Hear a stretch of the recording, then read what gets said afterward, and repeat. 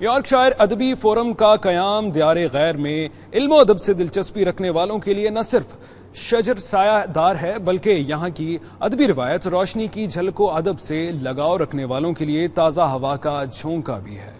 Forum کے بارے میں بتا رہے ہیں ندیم راٹھور اپنی اس رپورٹ میں۔ فرد قائم ربط ملت سے ہے تنہا کچھ نہیں، فرد قائم ربط ملت سے ہے تنہا کچھ نہیں، موج ہے دریا میں بیرون دنیا کچھ نہیں۔ یارکشائر ادبی فورم نے اپنے قیام سے اب تک کئی ادبی اور ثقافتی کارہائے نمایاں انجام دیے، جن میں یہاں نئے اور پرانے لکھاریوں کو ایک پلیٹ فارم مہیا کرنا اور پاکستان کے ممتاز لکھاریوں کو مدعو کر کے ان کی قلمی خدمات سے استفادہ کرنا شامل ہے۔ یارکشائر ادبی فورم پچھلے 6 سالوں سے پاکستان میں ہونے والی سب سے معتبر اور بڑی ادبی کانفرنس میں نہ صرف شریک ہو رہا ہے بلکہ پاکستان سے باہر واحد ادبی فورم ہے جسے اس کانفرنس میں ایک مکمل سیشن اپنی ادبی سرگرمیوں کو تشت از بم کرنے کے لیے دیا جاتا ہے۔ فرد قائم ربط ملت سے ہے تنہا کچھ نہیں، فرد قائم ربط ملت سے ہے تنہا کچھ نہیں، موج ہے دریا میں بیرون دنیا کچھ نہیں۔ بریڈ فورڈ میں منعقد ایک ادبی ڈنر میں فورم کی چیئرپرسن محترمہ غزل انصاری اور ان کے رفقا محمد اسلم، عابد حسین اور مدیحہ انصاری نے نومبر میں ہونے والی ادبی کانفرنس کے بارے میں آگاہ کیا۔ یارکشائر ادبی فورم کا ایک مستحسن قدم برطانیہ، پاکستان اور آزاد کشمیر کی ادبی تحریک کے درمیان ایک پل کا کردار ادا کرنا بھی ہے۔ ہماری ثقافت، ہماری جو ادبی فورمز ہیں،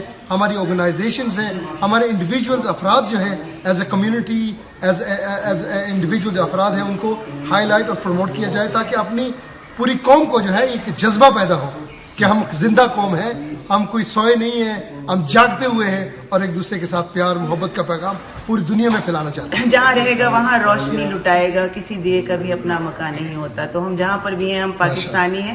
اینڈ ہمیں اس پہ فخر بھی ہے اور ہم کام کرتے رہیں گے، دور ہو یا قریب ہو، لیکن پاکستان کے لیے ہماری جان دیا۔ اور ایک نعرہ ہو جائے جی پاکستان زندہ باد اور آزاد کشمیر زندہ باد۔ اسی خیال کے مد نظر یارکشائر ادبی فورم ہر سال کسی پاکستانی یا کشمیری لکھاری کو کیش انعام اور ان کی تاحیات ادبی سرگرمیوں پر ٹرافی بھی دیتا ہے۔